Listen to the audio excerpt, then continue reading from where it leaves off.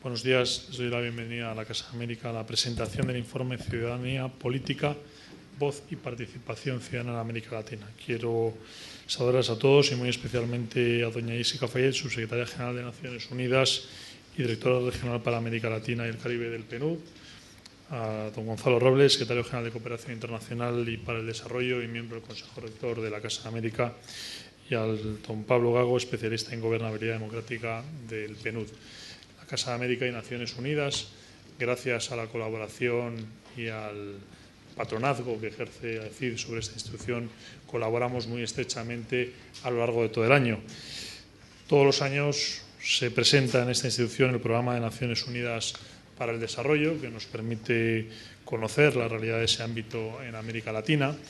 El año pasado, el entonces subsecretario general de Naciones Unidas, hoy ministro de Asuntos Exteriores del Gobierno chileno, presentó el Informe Regional de Desarrollo Humano 2013-2014, Seguridad Ciudadana con Rostro Humano, Diagnóstico y Propuestas para América Latina.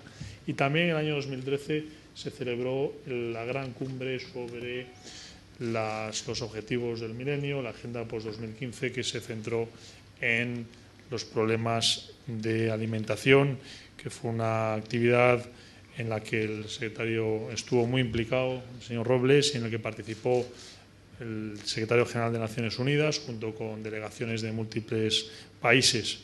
Y hoy vamos a hablar de un asunto que nos interesa a los que nos interesan los temas americanos, como es el de la participación ciudadana en América Latina. El informe es extenso, es detallado, y lo que sí que querría destacar es el avance que se ha producido en estas décadas en América Latina, y que es cierto que queda mucho por hacer, como dice el informe, pero es cierto que podemos hablar de una ciudadanía política, algo que no podíamos decir hace 20 años y que en los últimos 10-15 años se ha consolidado, y eso es algo que nos congratula. De hecho, esta realidad la tenemos presente en la Casa de América con un ciclo permanente, América Vota, y lo hemos querido llamar así precisamente por la consolidación de las democracias con menor calidad, con menor intensidad en Latinoamérica. Y el próximo 7 de octubre, de hecho, nos dedicaremos a la primera vuelta de las elecciones en Brasil, a las elecciones que se celebran el 5 de octubre, como ustedes bien saben. Por tanto, les agradezco nuevamente que nos hayan querido acompañar y, por supuesto, a doña Jessica Fayet, que haya querido presentar este informe en la Casa de América durante estos días que ha estado en esta ciudad, en diversas actividades, en diversas jornadas. Muchas gracias. Gracias, Tomás.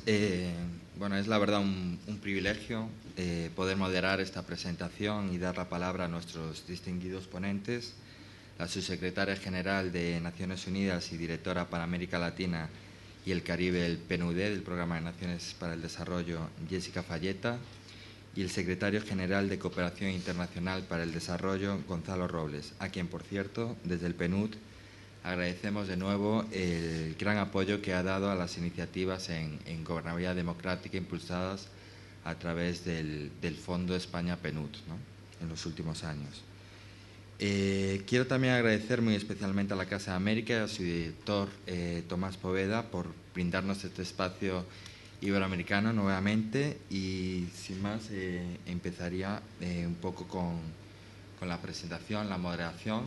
Primeramente daremos paso a Jessica Fayet para hacer la presentación y acto seguido al secretario general para su reacción. En primer lugar voy a dar la palabra a Jessica Fayet para que exponga las líneas principales del informe. Jessica Fayet fue nombrada subsecretaria general de Naciones Unidas y directora del PNUD para América Latina y el Caribe en mayo de 2014. Antes de eso ocupaba desde octubre de 2012 el puesto de directora adjunta del PNUD para la región, para América Latina y Caribe. Y previo a este cargo, Jessica trabajó como directora superior para Haití y estuvo a cargo de las operaciones de recuperación y reconstrucción que desarrolla el PNUD en Haití tras el terremoto de enero del 2010. También fue coordinadora residente de Naciones Unidas y representante residente del PNUD para El Salvador y Belice 2007-2010. De igual forma, Jessica ha desempeñado diversas funciones en una trayectoria profesional comprometida con el desarrollo humano y principios y valores de Naciones Unidas, 23 años, que comenzó en 1991 como voluntaria de Naciones Unidas. Jessica Falletta tiene además una maestría en Administración de Empresas y otra en Relaciones Internacionales, ambas conseguidas en la Universidad de Columbia, y es también World Fellow para la Universidad de Yale. Jessica, por favor. Bueno, muchas gracias. Sí, está encendido, ¿sí? Sí. Bueno, ante todo, realmente para mí es un gran gusto terminar mi primera visita oficial a España en esta nueva función, y gracias a la amabilidad e invitación del secretario general de Cooperación Robles, y creo que, por supuesto, muy simbólico que lo haga en la Casa de América. Tomás, gracias por el espacio en esta casa que simboliza también la cooperación entre América Latina y España. Así que en ese sentido, pues me agradezco mucho la posibilidad de hacerlo, y sobre todo en una actividad que ha sido producto de una cooperación y del apoyo de la Agencia Española de Cooperación Internacional, la ESIP. En función del mandato del PNUD, que ha venido impulsando el concepto de gobernabilidad democrática, un concepto que para nosotros va más allá de la dimensión de la democracia electoral únicamente, que hoy claramente, por supuesto, está establecida en América Latina y el Caribe, pero asumimos una concepción más amplia de la democracia que se centra básicamente en el protagonismo de los y las ciudadanas y se vincula a la vigencia efectiva de todos los derechos humanos. Esto implica una dimensión integral o plena de la ciudadanía civil, política y social, es decir, lo que nosotros hemos llamado una democracia de ciudadanía. Y esta es realmente una concepción del ciudadano, que es mucho más que un simple votante, y que la interacción entre ciudadanos y representantes políticos debe realmente impulsar los derechos de la persona como tal, pero también que promuevan que se expandan, se renueven, se actualizan según las condiciones de los países. Y este estudio que presentamos hoy, Ciudadanía Política, Voz y Participación Ciudadana en América Latina, realmente forma parte de una serie de investigaciones que ha venido haciendo el PNUD a través de la Dirección Regional de América Latina y el Caribe, que analizan sistemáticamente la manera que los latinoamericanos ejercen su ciudadanía en los conceptos y sus democracias. Y esta publicación pues espera arrojar algunas luces también para el trabajo propio nuestro, pero también un foco sobre la ciudadanía política y cómo puede esto realmente ser líneas de acción también para los tomadores de decisión, y el trabajo que inclusive impulsa y que ha sido muy comprometido también la cooperación española en el avance de la gobernabilidad democrática en nuestra región. Quizás no sé si estamos en esto, sí. Esta obra realmente, como decía, asume la ciudadanía como el camino hacia la consolidación de una democracia plena y la ampliación de las dimensiones políticas, civiles y sociales, y espera dar algunas respuestas, no todas y algunas muy preliminares, sobre cómo participa la ciudadanía en América Latina, si existen diferencias de cómo y por qué participan los ciudadanos latinoamericanos en función de las desigualdades económicas y sociales, por qué se moviliza la ciudadanía. Esto es particularmente importante en estos tiempos que hemos visto mucha movilización en nuestra región, cómo se relacionan los votantes y los políticos en cada región, y cómo se vincula el ejercicio y la ampliación de la ciudadanía con los derechos económicos y sociales. Entonces, estos temas se analizan además del tema de las desigualdades, sobre todo en el ejercicio de los derechos políticos, la acción colectiva directa, como le llamamos realmente, las manifestaciones que estamos viendo en nuestra región, los tipos de liderazgo político y su relación y la vinculación entre ciudadanía política y ciudadanía social. Entonces hay algunos temas un poco filosóficos, otros temas analizados de forma académica, pero que en todo caso esperamos presentar algunas evidencias. Algunas de estas diapositivas realmente vemos que la ciudadanía latinoamericana presenta en general niveles positivos de satisfacción con la democracia. Eso es ya un avance, pero como porcentaje relativamente estables, digamos, de la participación electoral. Parecería también que indicar una consolidación extendida de la democracia en términos electorales. Sin embargo, cuando estos elementos positivos conviven con persistentes niveles de desconfianza en las instituciones de la democracia, junto con una alta percepción de injusticia social, como podemos ver.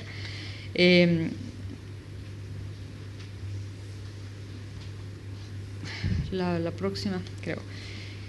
También podemos ver que la ciudadanía demanda que se garantice la justicia social, que se amplíe la participación ciudadana y se consoliden los partidos políticos y, por supuesto, se mejore la transparencia del Estado y se reduzca la corrupción. Entonces, estas son al mismo tiempo que prefieren la democracia como digamos, modalidad de gobierno, hay muchas demandas de los ciudadanos en ese sentido. Entonces, destacaré a continuación algunos de los principales hallazgos de este análisis.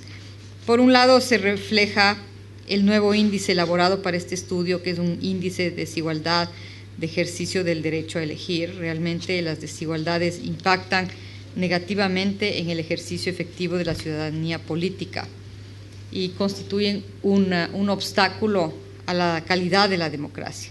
Se ve que los grupos socioeconómicos, sobre todo en temas de ingresos y nivel de estudios, existe una menor disposición a ejercer el derecho al voto por parte del resto de la ciudadanía. Esto es algo interesante de lo que presentamos. En materia de género, no existiría casi la desigualdad en la propensión femenina a votar, salvo alguna excepción puntual. Sin embargo, a pesar de la mejora en las últimas décadas, persisten desigualdades en términos de las posibilidades y resultados para que mujeres sean elegidas en funciones públicas representativas. Esto es algo que va muy al corazón del trabajo del PNUD, de lo que es fomentar la participación política de las mujeres y, como vamos a ver, también de otros grupos. La predisposición a votar en aquellos encuestados pertenecientes a los pueblos indígenas y afrodescendientes, que es otros grupos, es significativamente menor en algunos países de la región. Vemos que también tienen más obstáculos a ser elegidos en funciones públicas y representativas, y especialmente mujeres indígenas y afrodescendientes. Entonces, esto es algo que también nos ha focalizado mucho el trabajo nuestro de la participación, no solamente femenina, pero participación indígena, afrodescendiente, y cuando además son mujeres indígenas o afrodescendientes. Una de las cuestiones más relevantes es que son los jóvenes quienes de manera generalizada en todos los países demuestran mayores niveles de desafección respecto a la participación electoral. También son los grandes activadores del cambio por medio de acciones participativas directas. Los jóvenes se ven a su vez claramente subrepresentados en las instituciones públicas. Esto es las recientes manifestaciones que vemos en nuestra región son altamente compuestas por jóvenes. Entonces, participar no solo implica votar. En los últimos años se han observado cambios importantes en el uso de acciones colectivas directas, y esto es algo que vemos también en el estudio, ¿no? Que esa voz de participación de la ciudadanía se refleja también y más en demostraciones, en manifestaciones, a veces espontáneas, y muchas llevadas a cabo básicamente por poblaciones jóvenes. Se observa que la protesta y movilización política es principalmente bandera, como decía, de los sectores jóvenes y de las capas medias, así como los ciudadanos también autoidentificados como indígenas, aunque con variaciones entre los países. Estos mecanismos de expresión se interpretan positivamente y como complementarios a la participación más institucionalizada. Entonces hay de cierta manera una aceptación en la región que esto es parte también de la voz de la ciudadanía. Importante subrayar que la relación entre la sociedad civil y el sistema político se ha complejizado aún más en la última década, especialmente en algunos países donde los movimientos sociales han tenido un rol importante en su articulación con partidos políticos y gobiernos. Por otra parte, el hecho de que los individuos crean que las marchas, protestas y manifestaciones son parte normal de la democracia no descarta que estas modalidades sean más utilizadas cuando las instituciones políticas no funcionan como canales eficientes de representación. Entonces, se aceptan, pero también es porque se espera un mejor funcionamiento de las instituciones. ¿Cómo se relacionan los ciudadanos y los agentes políticos en América Latina? Estructurando los tipos de vínculos posibles como programáticos, clientelares, centrados en el liderazgo o partidistas. En este estudio se analizan los tipos predominantes en los países de la región a la luz de los niveles de volatilidad electoral y grado de institucionalidad de los sistemas de partidos. Se entiende que la representación programática constituye, junto a la participación electoral, uno de los caminos institucionales mediante el cual se distinguen segmentos sociales que pueden ejercer la ciudadanía política. En la región son muy pocos los casos en que existen niveles comparativamente altos de vinculación programática entre partidos y votantes. Esto es interesante, ¿no? Los bajos niveles de confianza en las instituciones políticas dejan en evidencia las dificultades para que la ciudadanía opte por vínculos programáticos frente a otros de tipo más personalista o clientelar.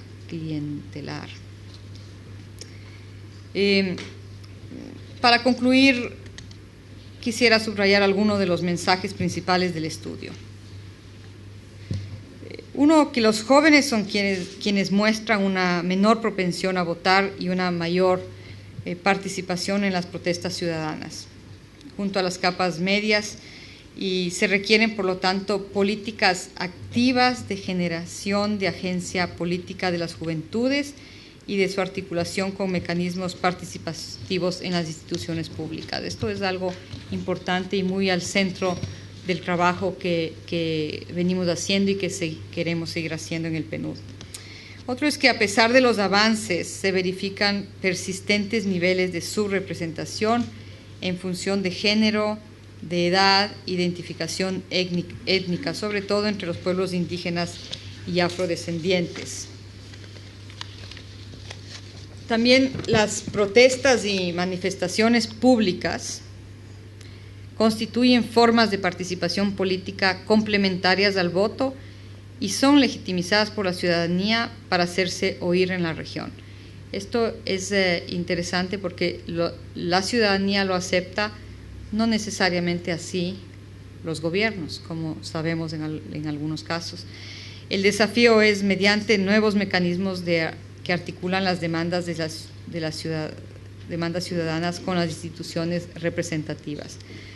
También los bajos niveles de confianza entre ciudadanía y partidos políticos demandan mejorar la interacción entre la ciudadanía y la élite política. Y esto esperamos que se logre buscando mayor diversidad y representatividad en el contexto de sociedades más complejas y heterogéneas. Las conclusiones generales de este estudio apuntan que no obstante los avances alcanzados en las democracias en la región y su consolidación en las últimas décadas, por supuesto persisten desigualdades en el ejercicio de derechos políticos como el derecho a votar y en especial a ser electa o electa porque es más a las mujeres y también a otros grupos. Por su parte, hay que expandir mecanismos institucionales que den voz y participación a la ciudadanía en su interacción con el Estado y mayor transparencia y rendición de cuentas de las instituciones públicas. Por último, es necesario fortalecer los sistemas de gobernabilidad democrática participativa e incluyente que respondan mejor a las demandas ciudadanas, especialmente de quienes encuentran mayores dificultades para hacer escuchar su voz y alcanzar una representación adecuada en las instituciones públicas. Nuevamente, es las mujeres, los jóvenes, los pueblos indígenas y los afrodescendientes los que vemos menos representados y además menos voz en el proceso democrático. Por lo tanto, se deben promover liderazgos emergentes para el avance de los derechos de todas y todos, la participación y el empoderamiento ciudadano.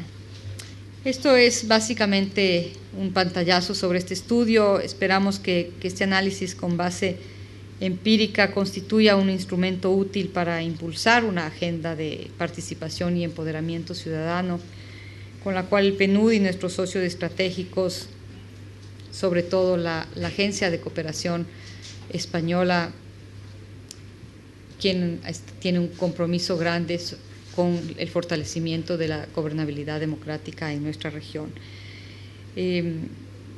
Esta es la agenda pendiente, diría yo, de fortalecer la democracia en la región latinoamericana y caribeña, que si bien es una región democrática, debemos aspirar a mejorar la calidad, sobre todo en cuanto a su representatividad de los pueblos.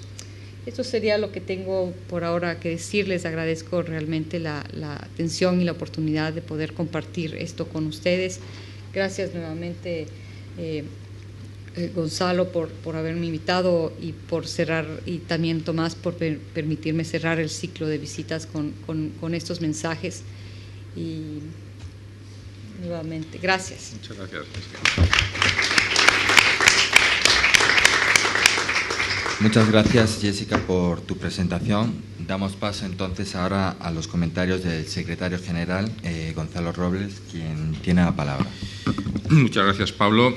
En primer lugar, muchas gracias, Jessica, por no solamente estar hoy aquí en la Casa de América presentando el resultado de este informe, sino por la visita que has tenido estos días a España, que nos ha permitido conectar nuestro trabajo, vuestro trabajo en Naciones Unidas también con la ciudadanía española, especialmente tu comparecencia ayer en el Congreso, en la mesa conjunta del Congreso y del Senado, pues para explicar también a diputados y senadores la labor y el trabajo que se está haciendo. Gracias a Tomás, una vez más, por albergarnos en esta casa, que es efectivamente la mejor representación de nuestro compromiso tradicional con América Latina. Gracias también al embajador Yago Pico, es decir, que nos acompaña y que probablemente de las cosas que hoy estamos aquí hablando o vamos a hablar, él sabe mucho más que desde luego que yo, es decir, porque lleva muchos años dedicado precisamente a la labor de trabajar desde el Ministerio de Asuntos Exteriores en América Latina y muy especialmente su estancia en Bogotá como embajador, al que tuve la ocasión de visitar en muchas ocasiones en mi anterior vida en el Plan Nacional sobre Drogas, es decir, en el que con tantas cosas hicimos en Colombia, ¿no? Y gracias, por supuesto, a Mónica Colomber, la directora de América Latina, es decir, de nuestra agencia, es decir, que está, y a Laura de Multilateral, que son los que siguen el día a día de nuestro trabajo. Quiero en primer lugar decir que este estudio no es algo desconectado o algo que se presenta hoy aquí y que de alguna manera, pues, en fin, nos ilumina, sino que realmente forma parte de una idea estructural de la cooperación española, que es nuestro compromiso con América Latina. Nosotros tenemos desde hace muchos años un compromiso estructural, me refiero a la cooperación española con América Latina. Hemos celebrado el año pasado los 25 años de la cooperación española, Dentro de menos de un mes vamos a estar en Cartagena de Indias celebrando un seminario importante sobre gobernabilidad en América Latina, a los 25 años, con relevantes personalidades del mundo de Latinoamérica. Y esos paréntesis lo que significa es que entre medias ha habido un trabajo de 25 años de la cooperación española, del Estado español, es decir, en América Latina, es decir, acompañando todos los procesos que han sucedido en América Latina de una forma tan intensa y tan apasionante durante estos años. España tiene una política bilateral evidentemente bien establecida con América Latina, pero también creíamos y creemos, es decir, que el ámbito multilateral, que es el caso que hoy nos congrega, es evidentemente un escenario propicio para precisamente complementar ese trabajo, ¿no? De esa forma, Naciones Unidas, especialmente a través de su programa de desarrollo y su buró de América Latina, tiene un trabajo precisamente que genera sinergias con nuestra cooperación, y en la que precisamente por eso en su momento se decidió constituir un fondo España, América Latina, el PNUD, precisamente para avanzar en la misma dirección. Por lo tanto, completando ambos instrumentos y buscando sinergias, trabajamos en la misma dirección, que básicamente es fortalecer las sociedades de América Latina, fortalecerlas en el ámbito democrático, en el ámbito institucional, en sus capacidades y, evidentemente, trabajar por los más vulnerables, por los más desfavorecidos, es decir, en ámbitos de servicios sociales básicos o en ámbitos, es decir, de igualdad de género, de jóvenes o de tantas cuestiones que van en la misma dirección, que es tener sociedades más fuertes, más capaces de afrontar precisamente los retos que en este momento tenemos. Y en ese sentido, este es un estudio más de los que precisamente hemos trabajado durante años con el Buró de América Latina dentro de Naciones Unidas, ¿no? Hace poco, precisamente, el antecesor de Jessica, Heraldo Muñoz, hoy ministro en Chile de Asuntos Exteriores, también nos presentó otro estudio precisamente en esa misma dirección. Por eso quiero hacer esto simplemente para enmarcar que nosotros no estamos coyunturalmente en una acción en América Latina, sino que estamos estructuralmente, es decir, que nuestra acción es una acción que viene de atrás, que tiene un sentido, que se proyecta, que tiene una hoja de ruta y que básicamente parte de esos 25 años en la misma idea de hacer para América Latina lo mismo que quisimos para nosotros. Cuando empezó precisamente la Agencia Española de Cooperación y la cooperación española, en realidad llevábamos muy pocos años de la recién estrenada democracia en España, ¿no? Y por lo tanto éramos una democracia joven, también en construcción, también en desarrollo, que quería precisamente acompañar esos procesos de maduración y digamos, de hacerse mayores, es decir, a muchos de los países de América Latina. Es decir, hoy podemos hablar, y lo dice el informe, de una década que se ha ganado para la construcción de una ciudadanía social en América Latina. Y eso es bueno, ¿no? Con todas las lagunas que también demuestra el informe que queda por delante, porque no hace tanto, yo era mucho más joven que ahora, muy jovencito al principio de la democracia, pero recuerdo muy bien cuando se hablaba no de la década ganada para la ciudadanía social, sino la década perdida, es decir, para muchas cosas de América Latina, en lo económico, en lo social, en lo político, ¿no?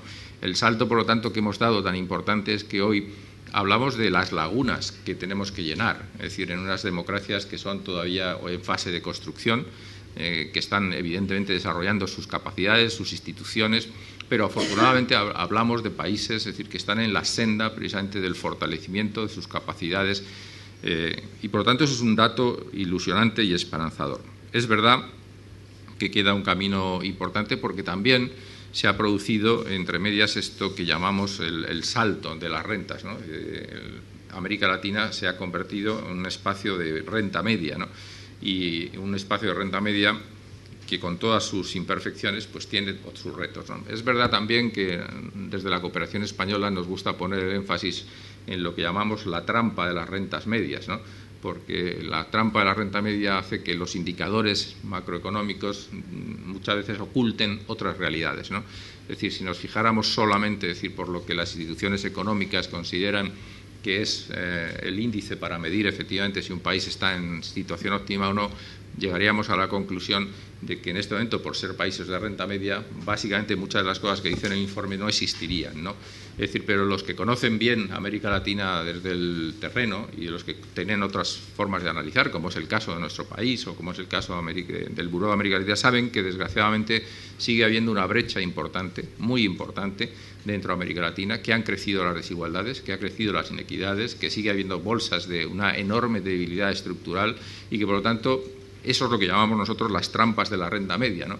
Gran parte de nuestro trabajo, nuestra misión que nos damos a nosotros mismos es contarle esto a nuestros socios, ¿no? Por ejemplo, en la Unión Europea, ¿no? Cuando hemos trabajado la Agenda por el Cambio dentro del trabajo de la Comisión, nuestra tarea ha sido explicar precisamente la debilidad estructural, institucional y esas trampas de los países de renta media que harían pensar que en este momento los donantes tradicionales ya no tenemos que pensar en América Latina, sino que evidentemente América Latina es capaz de caminar solo, ¿no? Nosotros creemos que no, creemos que tenemos que seguir acompañando los procesos de fortalecimiento, de lucha contra las desigualdades, las inequidades, las políticas de género, el acceso de los jóvenes, como veíamos, tantas políticas que son en este momento fundamentales para no dar pasos para atrás, porque precisamente esas debilidades hacen que muchas veces de las cosas que se han conseguido pueden evidentemente también perderse, ¿no? Por lo tanto, aunque estamos en un bloque técnicamente de renta media, estamos también hablando de países que reflejan lo que Jessica ha contado en su informe, que es una demanda de los ciudadanos de crecer en su institucionalización. Es decir, en la medida en que un país quiere afrontar de forma eficaz y eficiente precisamente la lucha contra las desigualdades, necesita democracias más fuertes y más sólidas, instituciones más fuertes y más sólidas, gobernanza, transparencia, rendición de cuentas, instituciones donde no lo hay, es decir, que falta institucionalización y, por lo tanto, evidentemente ese es un reto que refleja el informe y que sigue siendo el reto que nosotros tenemos. Esa es nuestra tarea. El plan director que aprobamos para esta legislatura lo recoge. El plan director vigente, que es el plan director 2013-2016, recoge claramente esto como una prioridad fundamental en nuestro trabajo con América Latina. Y por eso nosotros seguimos estando prioritariamente en la región, y seguimos estando, es decir, con nuestras oficinas técnicas, con nuestros centros de formación, con nuestra presencia institucional y acompañando precisamente a los órganos multilaterales, es decir, que tienen una visión mucho más amplia y que tienen un mandato, además, pues evidentemente de avanzar en ese terreno. Esa es la tarea que tenemos. La tarea que tenemos es, evidentemente, partiendo de los análisis, ver cómo, es decir, completamos precisamente ese trabajo, ¿no? Impulsando lo que es la calidad de la democracia, impulsando la participación de los ciudadanos. Es decir, todos decimos siempre, esto ya es un lugar común, que la democracia no es un hecho sin más de votar cada 4 años o cada 5, sino que realmente es la participación diaria de una sociedad civil bien estructurada, de los cauces que permiten la expresión de los ciudadanos, de la rendición de cuentas, de la transparencia, de las instituciones intermedias que permiten articular realmente esa democracia y, evidentemente, ese es el reto, como digo, en el que estamos. Fortalecer las estructuras también de un sector público que gestiona adecuadamente bien y que permite una distribución equitativa de la riqueza. Es decir, se está produciendo crecimiento económico, pero lo que se trata es de saber si ese crecimiento económico llega por igual y cubre las lagunas y las deficiencias que tradicionalmente han existido. En ese terreno quiero resaltar muy especialmente uno de nuestros trabajos tradicionales, que ha sido precisamente en el ámbito de la fiscalidad. España ha trabajado muy intensamente en el ámbito de la fiscalidad, precisamente para intentar que haya un sistema eficaz, eficiente, de fiscalidad que permita, como digo, que el crecimiento llegue también a las capas más desfavorecidas. Y otro espacio tradicional, o dos espacios tradicionales que actúan en sinergia, son en el ámbito de la seguridad y en el ámbito de la justicia.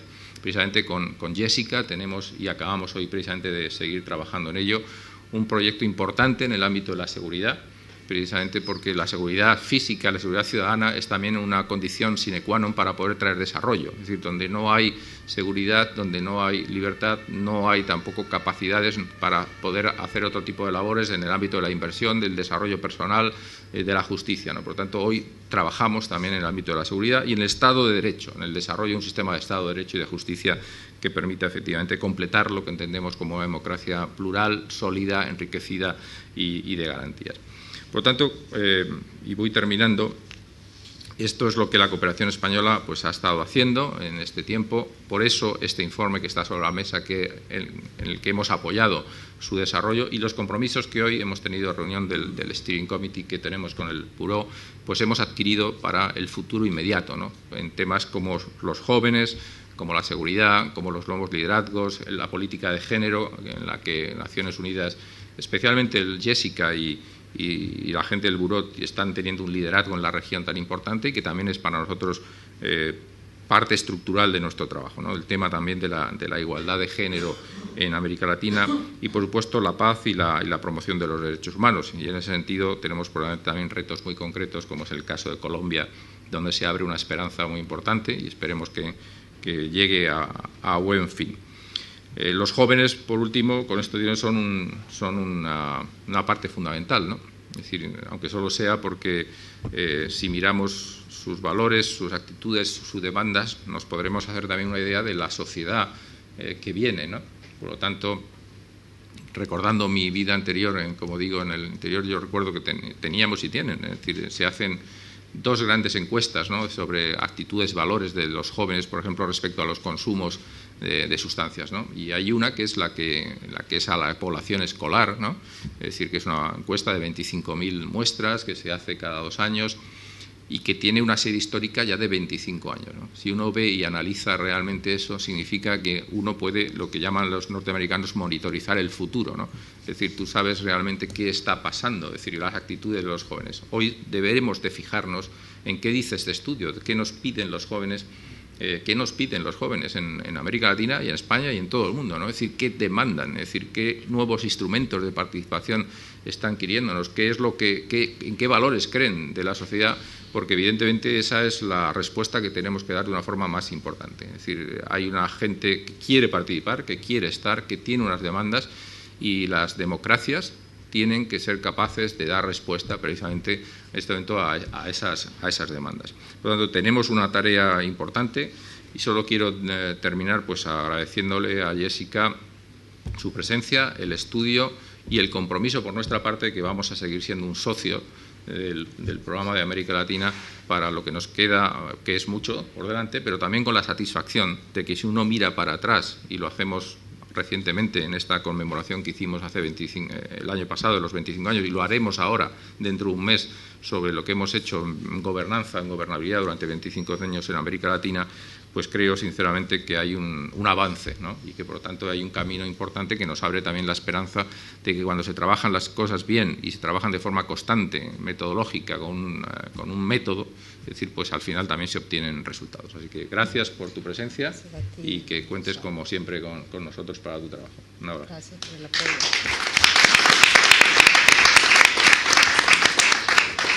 Muchas gracias, Gonzalo, Jessica, por darnos este panorama acerca de la realidad de la gobernabilidad democrática en América Latina y los mensajes principales del informe que hoy presentamos.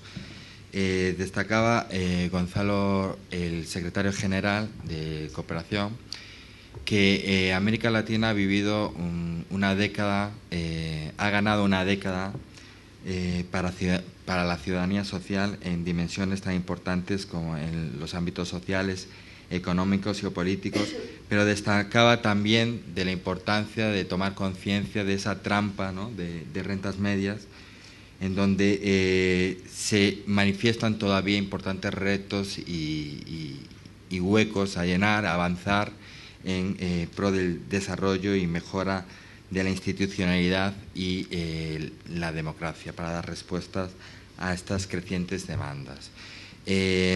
Efectivamente, como mencionó también Jessica, se destaca en el informe el que hay que expandir los mecanismos y los espacios que den voz y participación a la ciudadanía en su relación con el Estado, aumentar y mejorar el grado de transparencia y rendición de cuentas como ámbitos fundamentales para mejorar la relación, la interacción y la calidad en la respuesta de las instituciones democráticas a las demandas de la ciudadanía.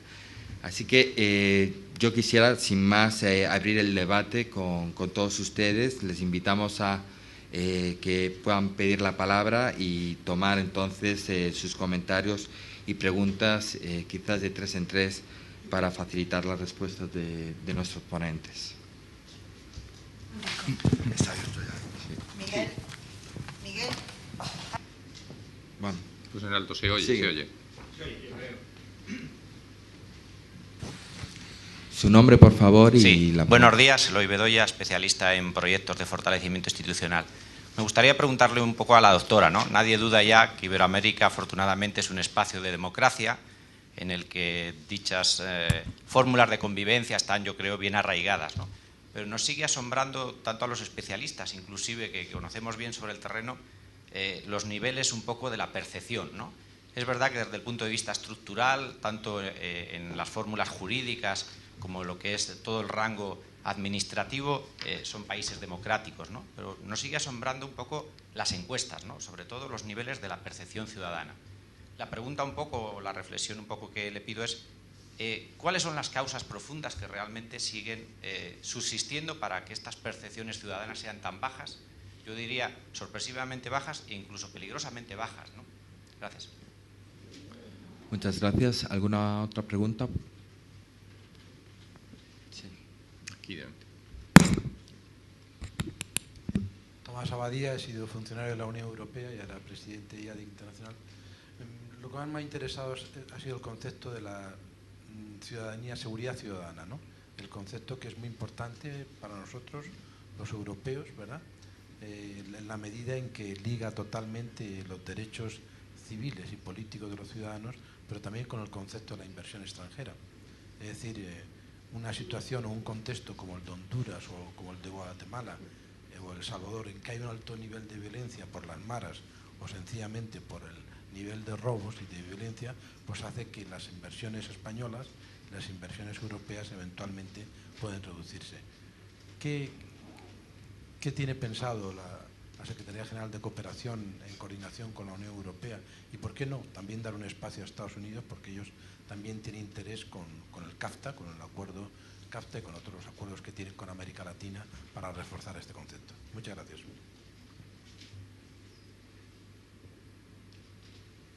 Aquí.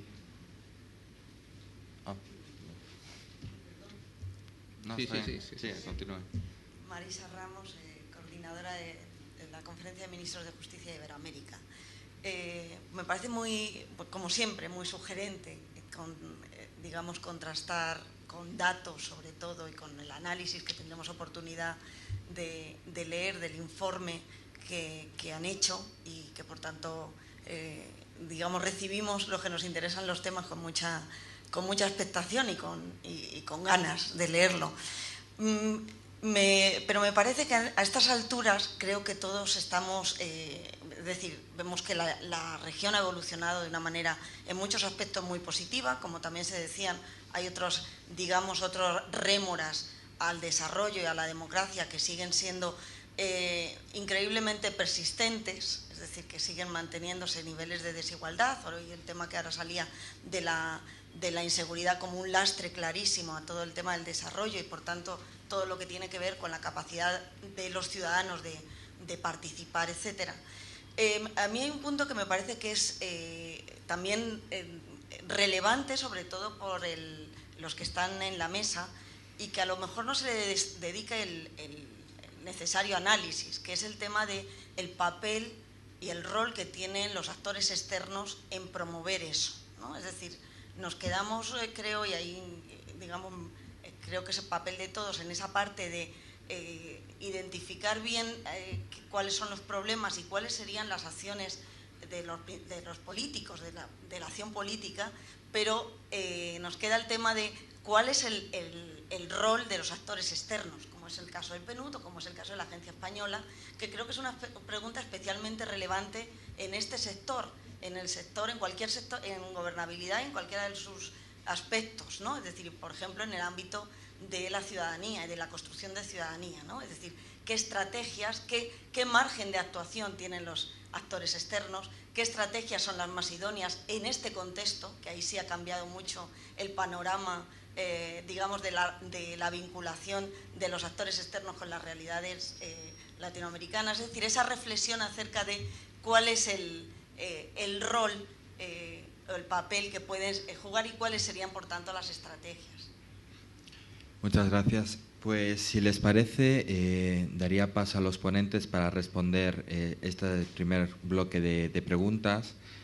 Y especialmente esta pregunta, como va interpelada a ambas instituciones, igual si pudieran entonces responder esta última pregunta referida a qué estrategias, marcos de acción tienen los actores externos en el abordaje de estas temáticas, y luego daríamos paso también a que pudieras secretario general de Cooperación, responder la pregunta relativa a seguridad ciudadana y ya Jessica a la relativa a los niveles de percepción. ¿Les parece?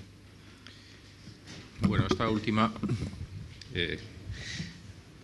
no sé, yo siempre pongo por delante que a las cosas difíciles no se le pueden poner soluciones fáciles, ¿no? Yo siempre desconfío de la gente que quieren en un párrafo, en una respuesta, es decir, encontrar la solución mágica a las cosas, ¿no? Eso me produce cierta desconfianza, ¿no? Porque uno ya tiene cierta experiencia y se da cuenta que las cosas complejas tienen soluciones complejas, ¿no? Y por lo tanto no hay varitas mágicas, ¿no? Con esto lo que quiero decir es que hay que ser conscientes también y hay que ser humildes, ¿no? Es decir, yo creo que América Latina ha dado un salto espectacular en muchas cuestiones en los últimos 10, 15 años y hoy se presentan demandas en las sociedades que ya no empiezan a ser tampoco tan distintas como las que podemos tener muchos países europeos. Es decir, yo no he querido llevar al terreno de lo nacional porque estamos hablando de lo multilateral, pero ese informe refleja cosas que probablemente también reflejarían si le preguntamos a los jóvenes españoles o franceses o alemanes, ¿no? Es decir, en este momento se está produciendo en casi todo el mundo una serie de evoluciones, ¿no? Tal que tampoco tenemos muy claro sociedades más estructuradas y con mucho más desarrollo económico y con más años de democracia, tampoco tenemos en este momento la respuesta automática. Y, en fin, y no quiero entrar, como digo, en el debate que tenemos en casa, pero en muchos sitios en este momento hay una demanda ciudadana, una insatisfacción ciudadana, una evolución que yo creo que también es que hay que analizar mucho, primero el contexto por qué se produce, o la coyuntura, y luego las cuestiones más estructurales. Con esto lo que quiero decir es que nosotros en este momento tenemos de nosotros mismos una visión de socios de nuestros países, ¿no? Es decir, nosotros de hecho lo estamos así verbalizando en nuestros acuerdos Nueva Generación. América Latina ha madurado mucho, tiene instituciones mejores, más sólidas, más fuertes y tiene profesionales y experiencia en este momento, es decir, que en muchas cosas nos podrían dar lecciones a nosotros. Por lo tanto, es decir, que trato de decir que nosotros tenemos que acercarnos, es decir, como unos socios, es decir, que estamos implicados en la región, que tenemos y podemos aportar determinadas experiencias y capacidades en unas cosas y a escuchar y aprender. Y en esas sinergias, es decir, ver en dónde podemos focalizar nuestro trabajo para mejorar en lo que podamos esas demandas, ¿no? Por lo tanto, nosotros estamos cambiando nuestro enfoque a determinados tipos de relaciones y a un partenariado más de iguales, de sociedades que son más iguales también y que, por lo tanto, pues, están haciéndolo así. Pero dicho esto, pues al final como el informe recoge básicamente en dónde en este momento hay que poner un poco la llaga, ¿no? Y entonces lo que se trata es en este momento, como hemos hablado antes de entrar en esta reunión, no solamente analizar, sino hacer después un plan operativo que nos haga aterrizar realmente en lo que nos están pidiendo los ciudadanos, ¿no? Que al final es cubrir unas demandas sociales y también unas demandas de participación, sentir realmente que su voz sirve y está ahí presente, ¿no? No se trata solamente de que cada 4 años voto, por eso también hay alguna parte interesante que muestra el informe sobre la relación y sintonía entre las plataformas ideológicas o partidos, es decir, con realmente los ciudadanos y todo el tema de los movimientos más populistas y de las plataformas más personalistas, ¿no?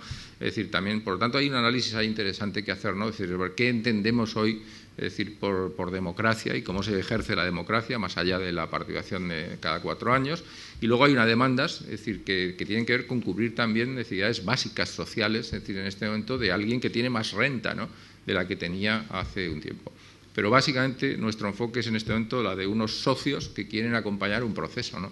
Y por lo tanto hay que ser humildes y hay que escuchar mucho y ser consciente que en este momento la región tiene capacidades muy buenas y que nosotros también podemos aprender muchas cosas de ellos, ¿no? No sé si quieres que conteste también lo de seguridad ciudadana al mismo tiempo. Bueno, es obvio que para nosotros el tema de seguridad ciudadana desde hace mucho tiempo ha sido importante y creo que tenemos alguna experiencia importante que aportar. España ha estado muy implicada en todos los procesos de salidas de muchos conflictos civiles armados que han estado en la región. Hemos estado muy especialmente en Centroamérica en todos los procesos, de la mano de la Unión Europea algunas veces, nosotros mismos directamente. Por lo tanto, tenemos una experiencia acumulada que podemos ahora poner al servicio precisamente de esto. Pero básicamente es verdad que el tema de la seguridad ciudadana afecta primero, evidentemente, a las libertades personales. Es decir, que todos podemos intuir que alguien que no tiene la tranquilidad de poderse desenvolver con soltura, pues evidentemente ya se siente afectado. Pero eso afecta a las inversiones, eso afecta a la seguridad jurídica, eso afecta a tantas cuestiones. Por lo tanto, en este momento, el tema de la seguridad ciudadana, muy especialmente en Centroamérica, pero podríamos decir en otros países también de la región, es para nosotros una prioridad. Precisamente el proyecto que vamos a abordar inmediatamente con el programa América tiene que ver con Centroamérica, con el refuerzo que ya hacemos nosotros de la estrategia de seguridad en Centroamérica, la ESCA, que se canaliza a través del SICA, ¿no?, del Sistema Interamericano de Centroamérica. Y ahora el PNUD, a través de su programa americano, va a reforzar precisamente también esa estrategia, ¿no? Por lo tanto, esto no es nuevo. O sea, en el ámbito de la gobernabilidad, gobernanza, seguridad siempre ha estado de una forma muy prioritaria. Nos parece que es fundamental. Es verdad que es un tema muy complejo, como todos, como lo he dicho hace un momento. No es un tema exclusivamente de la violencia, es un tema de las injusticias seculares, es un tema de conflictos armados prolongados en el tiempo que han generado determinadas culturas y determinadas cuestiones, es el tema también de la droga, tiene muchos factores, ¿no? Es decir, que evidentemente pues en este momento hay que analizar, y si uno no va a las causas que lo producen, pues evidentemente es difícil. Por lo tanto, hay que ir a las causas realmente que producen todos estos fenómenos, ¿no? Y que además luego traen pues efectos tremendos, como los que estamos viendo en este momento, por ejemplo, que hemos también hablado de ello, los menores en tránsito, ¿no? Y todo lo que significa en este momento los menores no acompañados, toda la inmigración de menores hacia Estados Unidos, en fin, un fenómeno extraordinariamente difícil y complejo, ¿no? Muchas gracias, secretario. Jessica. Es que hay más, va a contestar la secretaria. Sí, sí. Jessica. Muy brevemente, quizás respondo a dos preguntas. ¿Por qué tenemos este tipo de percepción ante los procesos políticos y qué se puede hacer al respecto, qué se está haciendo al respecto? De cierta manera, lo que vemos ahora, las encuestas, la percepción que tienen los ciudadanos de sus propias instituciones democráticas, de sus propias instituciones de gobierno, es producto de la propia madurez democrática que tiene la región, donde justamente tenemos, por decir, una generación de jóvenes, quizás la generación más educada que jamás tuvo América Latina en su historia, y que justamente demandan más, saben más, quieren ser parte más y por lo tanto juzgan más a sus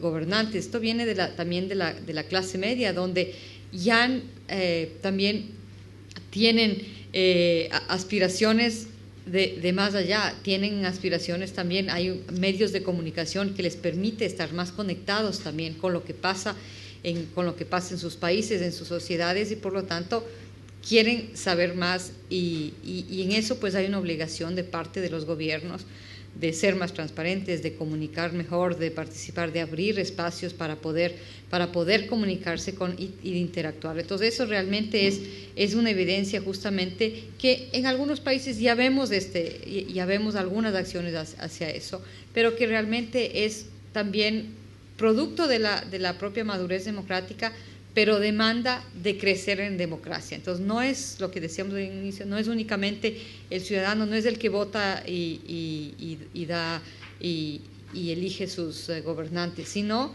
además de eso el que quiere participar en las decisiones y quiere que le oigan lo que necesita realmente, y quiere que sus gobernantes respondan a lo que necesita la gente, no necesariamente a lo que los gobernantes piensan necesariamente que se quiere hacer. Entonces es hay que verlo del lado positivo también, hay que verlo del lado positivo, donde realmente hay una oportunidad, sobre todo para los estados, para los gobiernos, de oír esto y de responder, ¿no? Ese por un lado.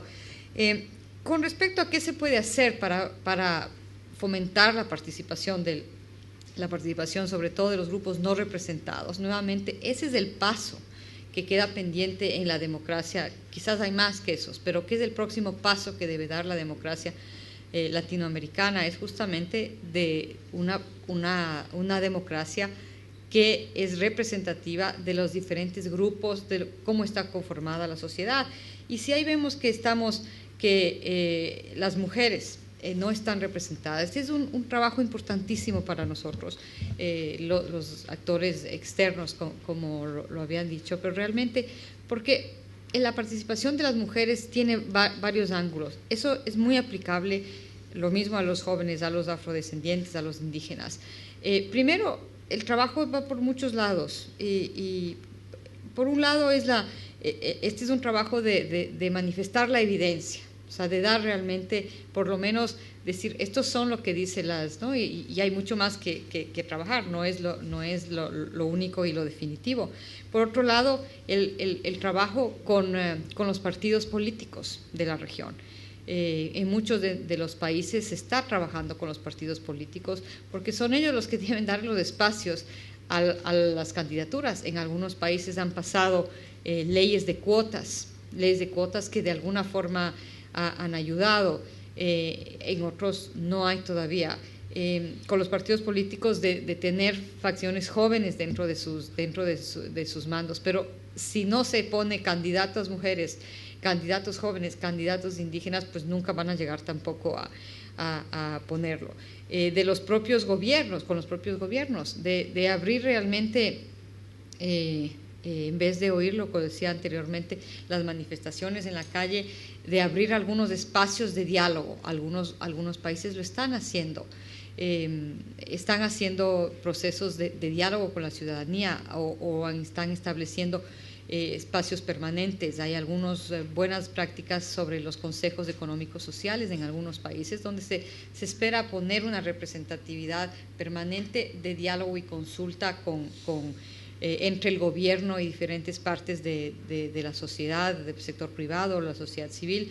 Y en eso hay algunos ejemplos que conjuntamente, justamente parte del trabajo que hemos hecho conjuntamente con la CID es fomentar y apoyar algunos de esos esfuerzos. Con los parlamentos, para nosotros, para el Perú, ha sido muy importante el trabajo en algunos países, en Honduras, en El Salvador, por dar dos ejemplos que conozco muy de frente, trabajar justamente con el grupo de mujeres parlamentarias, que son las que ya llegaron a tener electos. Han habido intercambios importantísimos con parlamentarias españolas, donde estos intercambios que justamente son ellas las que ya pasaron el esfuerzo de llegar y que pueden a jalar otras mujeres jóvenes y fomentar, porque desafortunadamente las mujeres, uno de los problemas es también la época de su vida, de su ciclo de vida en la que quieren entrar en este tipo de procesos. Hemos trabajado también con las propias mujeres. Tenemos en algunos de estos países, hemos fomentado y apoyado esfuerzos de entrenamiento y de capacitación a las mujeres políticas. Hemos ayudado un par de lo que llamamos nosotros escuelitas de mujeres políticas, donde va no solamente el tema de la autoestima, el tema de cómo presentar, de realmente ir a los parlamentos, pero además de llevar la substancia de sus propuestas. Después de todo, las mujeres son la mitad y en algunos lugares hasta más de la mitad de la población, y si no están representadas en los ámbitos parlamentarios, políticos, legislativos, pues casi que la mitad de la problemática de las sociedades no se están reflejando bien. Entonces es importante no solamente su participación, su autoestima, pero además que puedan llevar las mismas y muy valiosas propuestas que a veces sus contrapartes hombres lo hacen con más fluidez.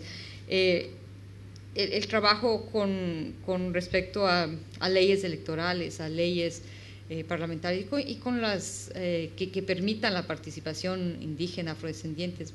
Algunas leyes de cuotas han ayudado.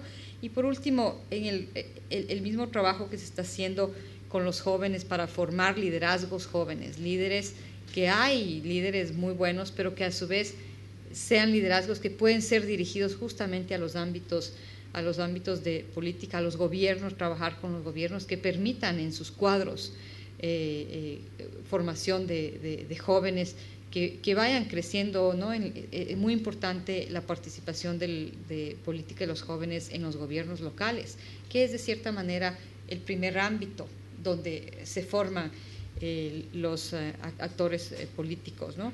Entonces, son algunas de las funciones que en diferentes países se está apoyando, el PNUD lo está haciendo. En muchas de estas cosas hemos trabajado a nivel regional con la ESID. La ESID por su parte lo ha hecho. Si puedo citar algunos ejemplos importantes que hemos visto que lo hace. Entonces, esto es algo que hay cosas que hacer. No está todo en nuestras manos, pero son apoyar esfuerzo que mucho de eso los países lo están haciendo, y esperamos con la ESID seguir fomentando alguno de estos, sobre todo en el tema de la participación política de los grupos no representados. Es algo muy cercano al corazón de nuestro trabajo. Muchas gracias, Jessica, Gonzalo. Para ir cerrando el debate, les voy a pedir únicamente 2 preguntas. A ver, la señora del fondo la había solicitado. El embajador también lo había solicitado. Y el embajador, disculpe. Sí, buenos días, mi nombre es Lita Terán. Sí. Buenos días, mi nombre es Lita Terán. Agradezco, no me había inscrito para asistir. Tuve dudas de que me dejen ingresar, pero me han dejado ingresar sin dificultad. Mire, yo quisiera hacer un pequeño comentario en cuanto, no me voy a referir a lo que ha dicho una de las que participaron sobre los maras en Centroamérica. Me voy a referir a mi país, Perú. Allí también hay violencia, pero hablan de una seguridad social. Yo le diría que la seguridad jurídica, que es la que permite las inversiones de las empresas que van allá, si bien es cierto, les da esa facilidad, esa garantía para que inviertan en empresas, viene la otra parte de que crea un ambiente de descontento en la población. Y entonces, como repudio a esas medidas neoliberales, entonces se afianza más la protesta, se afianza más el desinterés. O sea, que si por un lado tú das una oportunidad para que esas empresas vayan a invertir, por otro lado viene el descontento, si no en su totalidad, pero mayoritario, incluso de las esferas de profesionales. Por ejemplo, los médicos llevan más de 120 días en una huelga general indefinida. Por otro lado, hay otra parte en la zona de Cajamarca, Conga, que actualmente el ciudadano o el poblador indígena campesino no puede pasar en un territorio que es de ellos. Entonces, todas estas cosas, si bien es cierto, para algunos no tendría mucha repercusión, pero sí, dentro del movimiento democrático, frente a esta desigualdad que mide la población, pues rechaza. Entonces no está bien. Ese es por un lado. Y por el otro, usted habló en relación a renta media, que nuestros países, especialmente Perú, va saliendo adelante, pero que tampoco se refleja en la población, porque hay como 2 brechas muy marcadas de los que realmente tienen y de los que no tienen nada. Solamente quería decir eso. Gracias. Muchas gracias. Señor embajador, la pregunta. Embajador.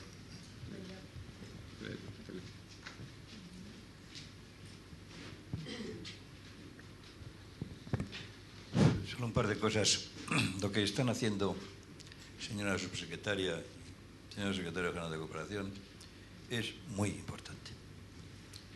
Y deben seguir.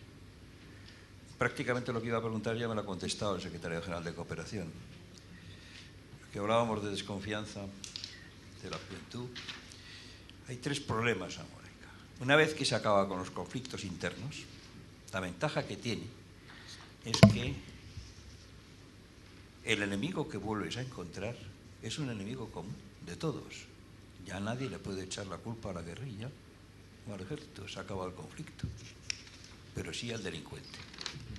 O sea, los tres problemas que yo considero que existen en la actualidad en América, muy importantes todavía, y que no estamos exentos de ellos en absoluto, como ha dicho el secretario general en Europa, son la impunidad,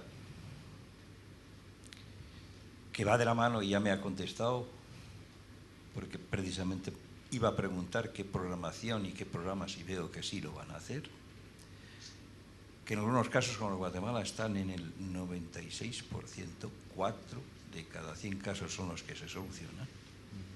La corrupción, no generaremos confianza entre los jóvenes si no se ataca de lleno a la corrupción que existe en las distintas esferas y clases políticas.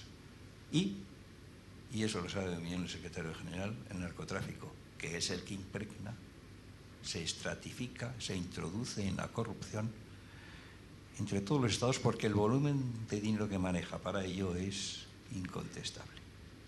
Se han acabado los conflictos, está muy bien, internos, y se consigue un éxito en el que España fue permanente acompañante y desde luego impulsora, y yo diría que de muy destacada importancia. El enemigo común está enfrente, que se ha sustituido que es el narcotráfico, que impregna todo. Y también hay que añadir, y veo que también va a haber un programa, porque era lo único que quería preguntar, pero la respuesta ya ha sido prácticamente hecha, la fiscalidad. La injusta y poco equitativa distribución de la renta entre los países hermanos, incluido nuestra España, precisamente viene una fiscalidad progresiva que afecte a las rentas más altas y que empiecen a pagar algunos un poco, por lo menos, porque todavía eso es una enorme dificultad en América, como dice el secretario general. O sea, mi pregunta era simplemente si se iban a analizar esos temas. Me ha respondido que sí. O sea que, perdón, no tenía ni siquiera que haber hablado, porque me ha respondido que lo van a hacer. Pero insistan, de verdad, impunidad, corrupción y fiscalidad progresiva. Muchas gracias. Muchas gracias. Pues sin más, si tienen alguna relación. Jessica.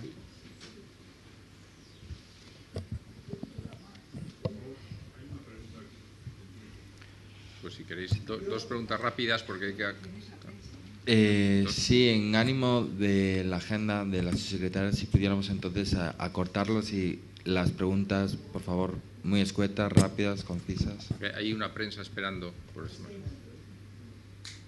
Ahí. Vamos, ¿usted? Sí.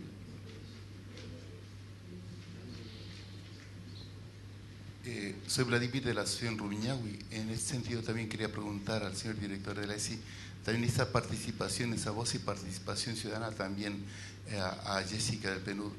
La participación también de los migrantes aquí, ¿cómo se está trabajando? ¿Los convenios de reciprocidad con América Latina se van a ampliar más?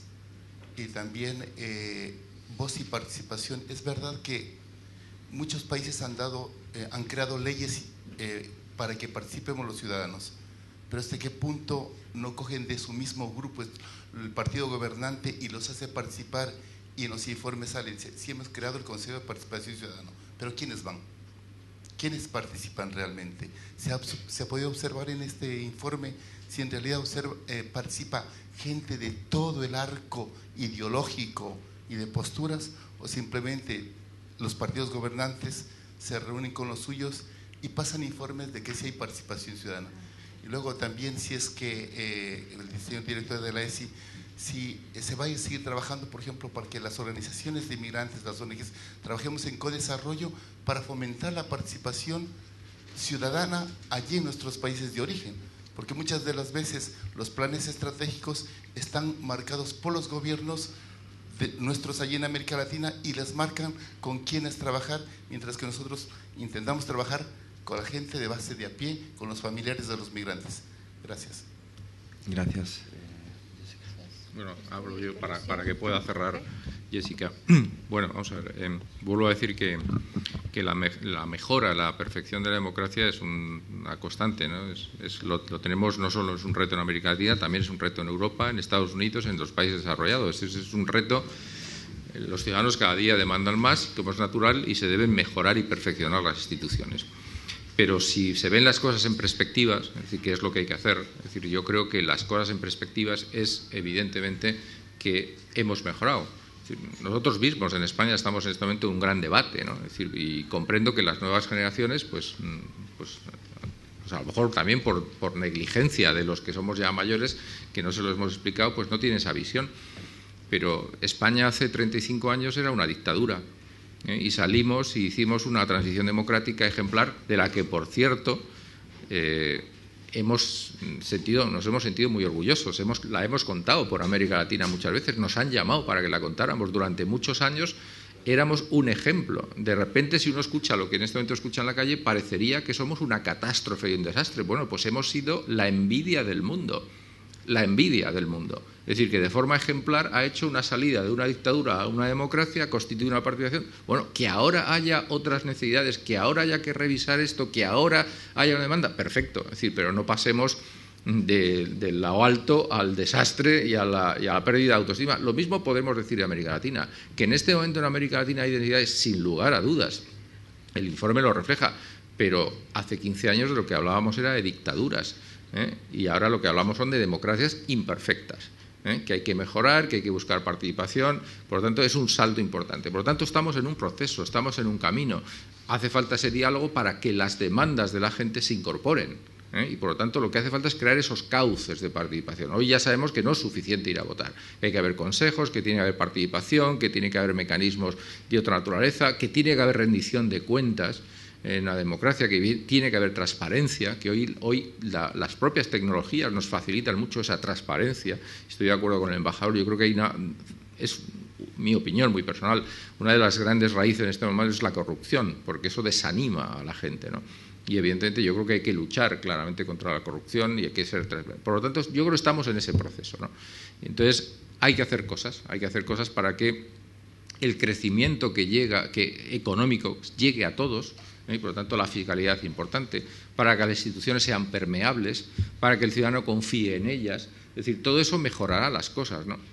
Por lo tanto, bueno, pues vamos a tener un juicio crítico que nos estimula a mejorar, pero también la satisfacción de pensar que había retos más difíciles en el pasado y que se superaron. O sea, que eso vale para todos. Es decir, en este momento parece como que tenemos un mundo, una valla que no podemos saltar. No. Es decir, había vallas mucho más grandes que se saltaron. Y por lo tanto, bueno, en esa confianza de que cuando hay una voluntad y un proyecto colectivo se puede hacer las cosas, pues entonces en esa confianza vamos a seguir avanzando, ¿no? Por lo tanto, los informes sirven para saber dónde estamos y a partir de ahí lo que hay que hacer es ponerse operativos a construirlos, ¿no? Y el tema concreto del codesarrollo, por no esquivar la pregunta, yo personalmente soy muy crítico. Es decir, porque me he pasado escuchando esto en otras épocas y todavía nadie ha sabido explicarme qué es el codesarrollo, ¿no? Es decir, más allá de hacer un proyecto piloto, yo me pasé escuchando y viéndolo reflejado en los presupuestos del Estado año tras año una experiencia piloto. Y claro, cada vez que preguntaba por esa experiencia piloto, no salíamos de la experiencia piloto. Entonces, claro, hay cosas que se pueden formular y quedan muy bonitas en una conferencia, pero luego hay que ser prácticos. Dígame usted qué es exactamente el codesarrollo. Porque cada vez que decimos, no, las remesas de los inmigrantes y tal, ya, pero oiga, le dice usted a cada uno de los inmigrantes que no lo mande usted a su familia, que es tal, sino que ahora lo va a poner usted en un fondo y con ese fondo va a generar una empresa. Bueno, eso está muy bien desde el punto de vista de diseño teórico. Seguro que hay en este momento unos cuantos profesores universitarios que nos diseñan eso extraordinario. Ahora, que luego la gente lo haga, eso es otra historia, ¿no? Por lo tanto, yo creo sinceramente que hay que plantear cosas que son realistas, ¿no? Cosas que quedan muy bien para una conferencia y que después se hace. Yo personalmente lo he investigado mucho en todo el mundo y los americanos que también con México, las remesas mexicanas también de esto pues hablaron mucho, pues quitando también otra experiencia piloto que hicieron en California, aquí nadie ha pasado de la experiencia piloto. Lo único cierto es que evidentemente las remesas suponen un flujo muy importante para los países, que simplemente ya en lo que significa la activación del consumo y el facilitar la vida de las familias receptoras es muy importante, y yo más allá de eso no sé realmente cómo canalizar realmente el codesarrollo. Entonces, si a mí alguien me pone sobre la mesa un tema, yo encantado de estudiarlo, pero mientras tanto vamos a seguir avanzando. Jessica, por favor, ya para cerrar, ¿no? Gracias. Bueno, en una respuesta a mi co-ciudadano, me imagino, ¿no? Ecuatoriano, no se ha tomado en cuenta en este estudio el tema de la participación de los migrantes. En efecto, no es parte del estudio. Sin embargo, sí se ha venido trabajando en apoyo a algunos de los esfuerzos en los temas de migración, sobre todo. La migración es una realidad de América Latina, de unos países más que otros. Centroamérica es uno de ellos, pues en el Ecuador también, y algunos países han hecho esfuerzos, sobre todo en crear leyes para el voto en el extranjero. Entonces, eso es un esfuerzo que en algunos casos hemos apoyado, en El Salvador sobre todo hemos apoyado, y se debe hacer, por supuesto. También se ha hecho esfuerzos en el análisis mismo de lo que es la población y las aspiraciones de la población, pero también de los beneficios, como decía Gonzalo, por decir, el tema de las remesas sigue siendo un ingreso importante para algunos de los países, no siendo así la solución para los ingresos de los países. Tiene que buscarse ingresos propios. Entonces, el tema de la migración sigue siendo, hay algunos lados positivos, otros lados muy difíciles, como es el tema de la migración de niños, niñas y adolescentes en Centroamérica, pero creemos que se ha hecho avances con respecto, por lo menos, en la participación política de los migrantes en el extranjero en algunos países. El Ecuador es uno de ellos, El Salvador es un reciente, y algunos de los países también lo tienen bastante. Siempre hay espacio para mejorar, y eso es nuestro llamado, y quizás con esto concluyo, que si bien somos una región democrática, somos una región donde tenemos mejores niveles de educación, mejores niveles de salud, todavía eso mismo es lo que nos hace ahora exigir más de los gobiernos, y por lo tanto el paso pendiente que queda por fortalecer la democracia es la participación, y por supuesto no solamente de los grupos que aquí hemos hablado, de las mujeres, de los indígenas, de los jóvenes, de los afrodescendientes, pero por supuesto los migrantes son uno de ellos. Entonces, con esto quiero agradecer nuevamente a Casa América por la oportunidad de presentar este estudio. Embajador, muchas gracias también a usted, y sobre todo a Gonzalo Roble, el secretario general de Cooperación, y a su gran equipo de la ECID por la oportunidad de venir a España y compartir el trabajo que estamos haciendo conjuntamente con el apoyo de España, a quien consideramos un socio fundamental en nuestro trabajo, sobre todo un socio comprometido con la región latinoamericana, y que nos ayuda también a poner en el ámbito del gran debate que está teniendo ahora la conformación de la nueva Agenda de Desarrollo del post-2015, donde la voz de España ha sido muy importante justamente para elevar la problemática y también lo que le concierne mucho a la región latinoamericana y caribeña. Así que muchas gracias nuevamente, y ha sido un gusto para mí estar aquí en España en estos 3 días. Espero volver. Gracias.